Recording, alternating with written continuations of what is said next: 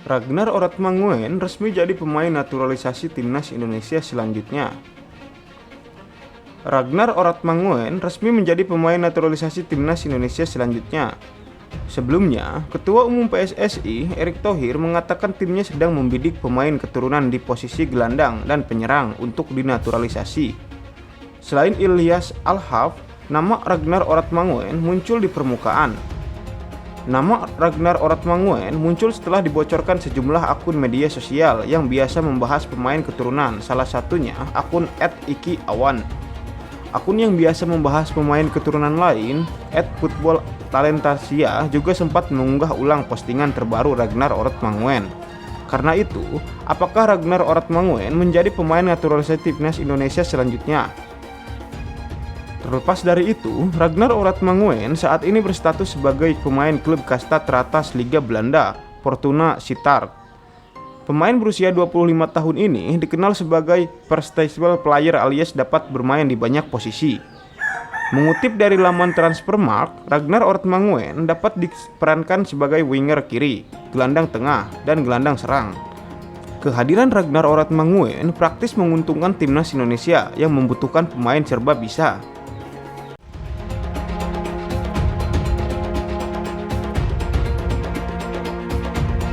Fahri Husaini larang netizen banding-bandingkan pemain naturalisasi dengan pemain lokal. Bisa sakit hati.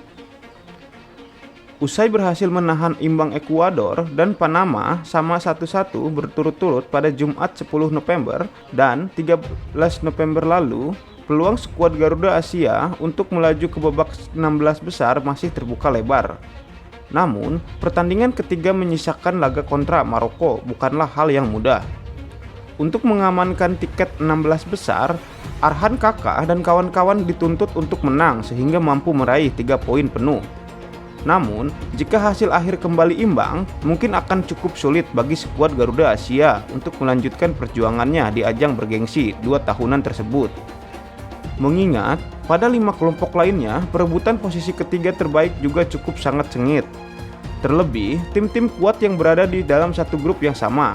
Moncernya penampilan striker tunggal timnas U17 Indonesia, Arhan Kakak, menuai beragam pujian dari supporter. Tak kalah ambil hati netizen, asis cantik dari pemain keturunan Indonesia dan Brazil, Welber de Halim Jardim, juga diagung-agungkan oleh seluruh pecinta sepak bola tanah air. Pujian yang dipromosionalkan inilah yang juga digadang-gadang oleh mantan pelatih timnas U16 Indonesia, Fahri Husaini. Dalam sesi konferensi persnya, pria berusia 58 tahun itu meminta agar masyarakat tidak membeda-bedakan ataupun membanding-bandingkan antara pemain lokal dan pemain diaspora. Karena hal tersebut tentu akan berpotensi menimbulkan kecemburuan bahkan sakit hati dari pemain dalam negeri.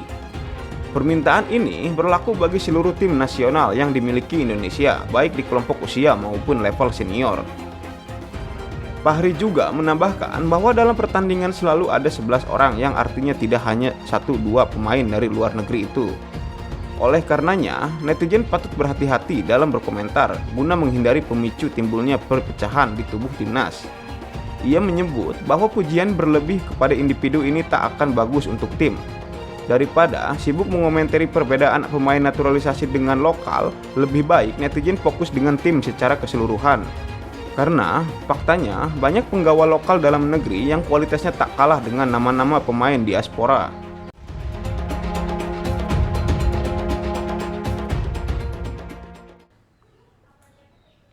Media Inggris soroti laga timnas Indonesia versus Irak.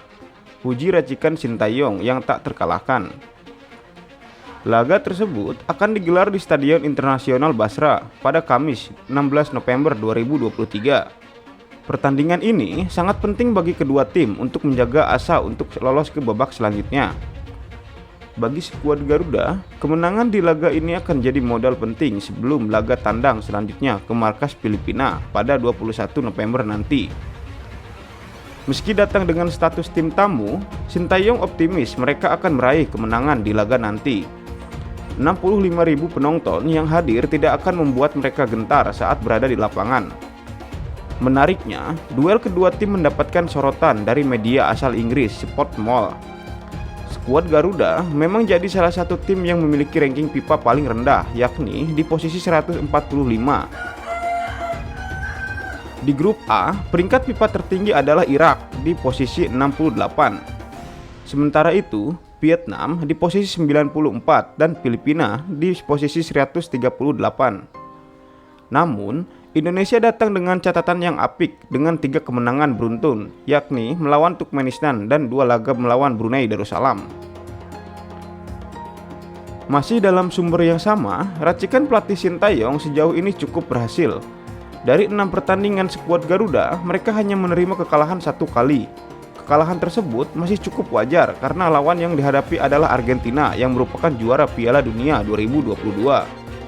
Laga melawan Irak akan jadi panggung pelatih asal Korea Selatan tersebut dalam menunjukkan ide-ide briliannya melawan tim kuat Irak. Skuad Garuda datang dengan kepercayaan tinggi untuk laga ini. Apalagi, beberapa pemain saat ini berkarir di luar negeri dan hal tersebut menambah kekuatan Indonesia.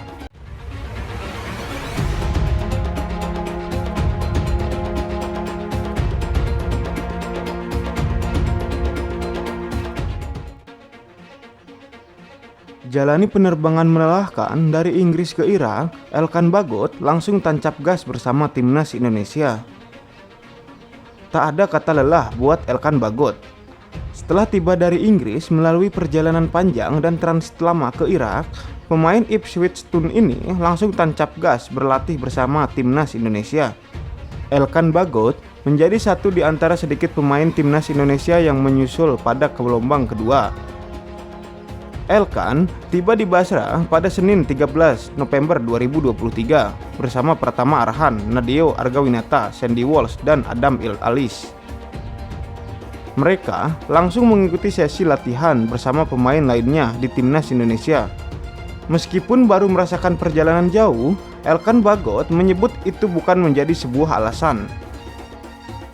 Timnas Indonesia akan menantang Irak pada matchday perdana grup F kualifikasi Piala Dunia 2026 zona Asia. Elkan Bagot menyebut timnas Indonesia melakoni latihan seringan saat dirinya bergabung. Sejumlah materi dilakukan untuk mempertahankan kondisi fisik dan taktikal. Elkan Bagot memprediksi duel melawan Irak bakal menyulitkan.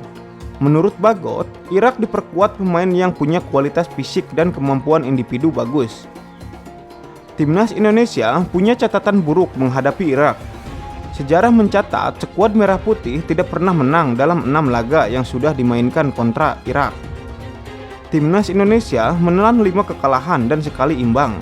Satu-satunya hasil imbang melawan Irak terjadi pada kualifikasi Piala Dunia 1974 dengan skor 1-1. Media Inggris prediksi satu pemain jadi sosok berbahaya milik timnas Indonesia saat lawan Irak, bukan Ramadan Sananta. Dimas Derajat dan kawan-kawan akan menjalani duel melawan Irak pada putaran kedua kualifikasi Piala Dunia 2026 zona Asia. Laga ini akan sangat menentukan bagi kedua tim karena laga perdana biasanya menyimpan beban bagi kedua tim. Apalagi skuad Garuda mengincar kemenangan untuk melaju ke putaran ketiga.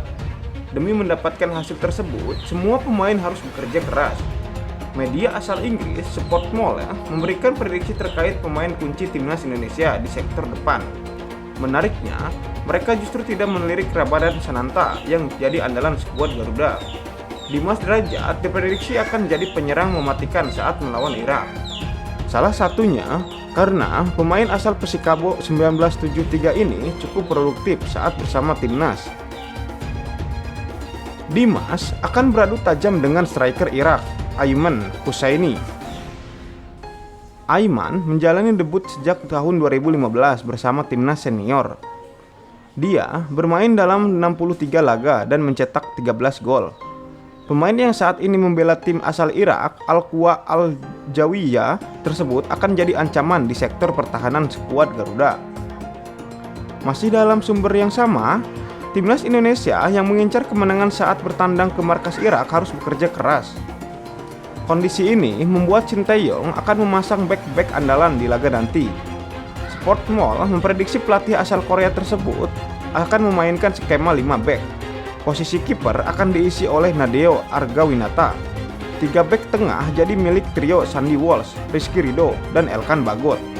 Bek sayap kanan adalah Asnawi Mangkualam dan sayap kiri Saini Patinama.